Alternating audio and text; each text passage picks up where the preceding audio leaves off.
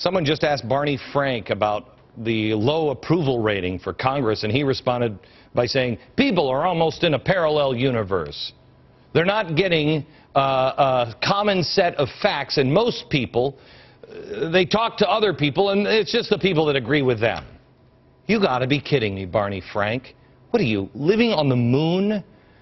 Barney, most people do agree, because we can all see that the economy stinks on ice. And here in our universe, 87% of Americans are concerned about the debt and the budget deficit. You know, it was only 6% that thought the stimulus was working. Then there's this study. Where is it? Here it is. This study. I just started reading it this morning.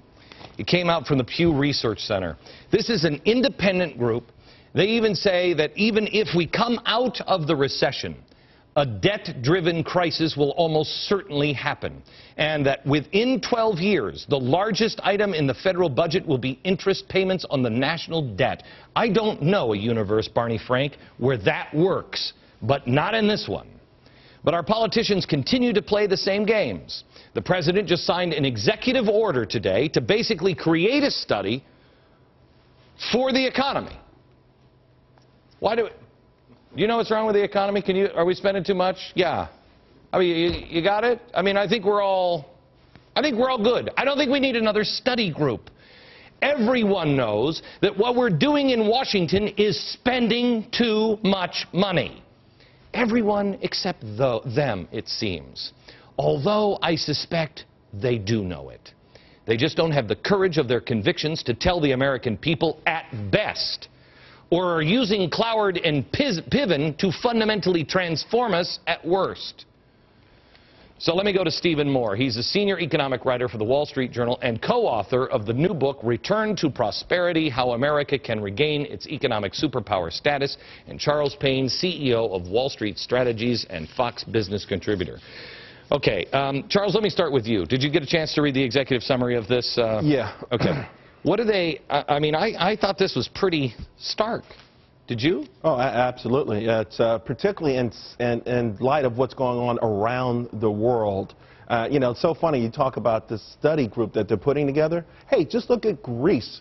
That's all you have to do. Look at Greece, and by the way, look at the parallels between Greece and America. The only thing really, in my mind, saving America right now is our reputation and how dynamic our Americans are. That's it. How long before our reputation is gone? Stephen Moore, let me ask you that. How long before our reputation is gone? I mean, do you think it was a big deal that China came out and said, yeah, we're going to sell some of our treasuries, we're going to sell some of our U.S. assets? Treasuries are falling now to an all-time low on people wanting to buy them, and Europe is in trouble.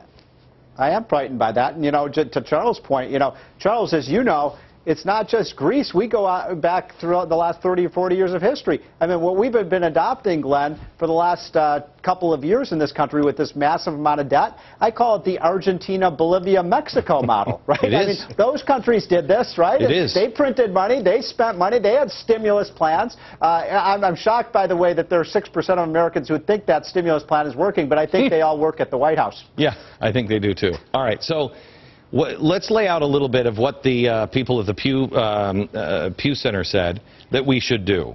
They said that we have to stabilize the public debt over the medium term. But what they're talking about is how much are they talking about reducing our spending? Well, it's going to have to be a dramatic amount, because you hit on the most important thing, the interest payments. I mean, $250 billion last year. A couple of years from now, about almost $500 billion, and then by 2019, $700 billion just to service the debt. So, Stephen, commit immediately to stabilizing the debt at 60% of GDP by 2018. What does that mean? It means that we have to allow the GDP or the private economy to grow faster than the government. And look, I think that all of the emphasis on the debt is maybe a little bit the wrong target here. I mean, we have two problems, Glenn. We have a debt that's growing out of control, obviously, but we have another problem. You talk about the deficit of trust. We have a deficit of economic growth in this country. We haven't grown this economy now for 20 months. And until we get that economic growth up, the debt is going to continue to be a problem. You know, it's interesting, in the 1980s under Reagan, you know, we had an increase in the debt, but the economy was booming, so it didn't have a very negative effect on the growth. Steve, I mean, I'm going to disagree with you here, Stephen. Okay. Help me out. Help me understand this. I have no problem with debt. I have debt. I own a home. Right. I have 2 cars. Okay? I have debt. But I have not promised so much. I didn't go out and buy Oprah's mansion in California because I couldn't afford Oprah's mansion. That's right. And no matter how good my show gets on radio or 5 o'clock on Fox or, you know, how many books I sell, I cannot afford Oprah's mansion.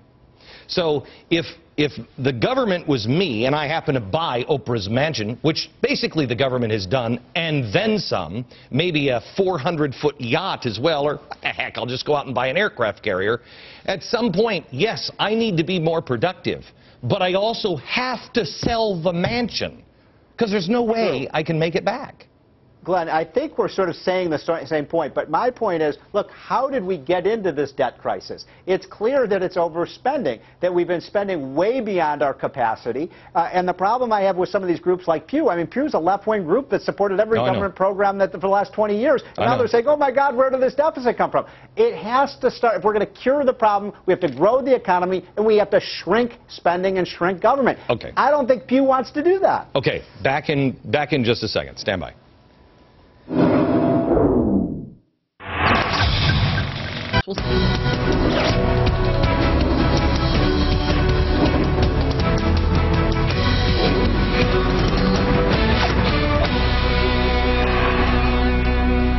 I asked my staff for a lot of stuff. I need a 1-pound cupcake today. Right before we went on, I asked them, I said, go find me a violin, please. Go find one for me. They didn't even ask why. They were like, okay. Just so they know I had a reason for this.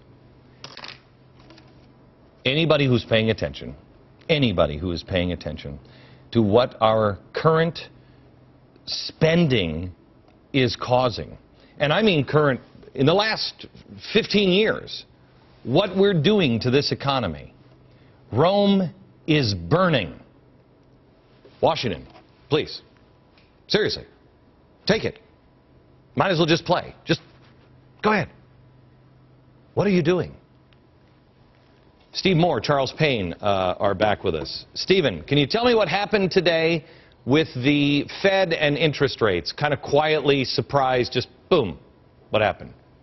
Yeah, interest rates are starting to creep up because the problem is if you've got a federal government that wants to borrow $10 trillion over the next 10 years, that market has to clear. And the only way that market can clear, if people don't want to buy the debt, and as you said, Glenn, the Chinese are getting jittery about buying all of our debt because they think that our currency is going to be depreciated, we're going to have inflation, and pay them back with dollars that are worth less than they lent them to us. So I'm very worried about one implication of this debt being higher inflation, higher interest rates, a return to the kind of hyperinflation we had in the 1970s. Okay. The amount of dollars that we pushed in, do either of you know, Charles or Stephen, do either of you guys know, I mean, we're now seeing big inflation numbers coming out of England. We've followed them every step of the way. Do you guys know, did any of the talking heads on TV or The Economist or anybody else say, oh, don't worry about inflation, we still have more deflation to worry about? Because it seemed to have taken England by surprise that all of a sudden we just can't print money.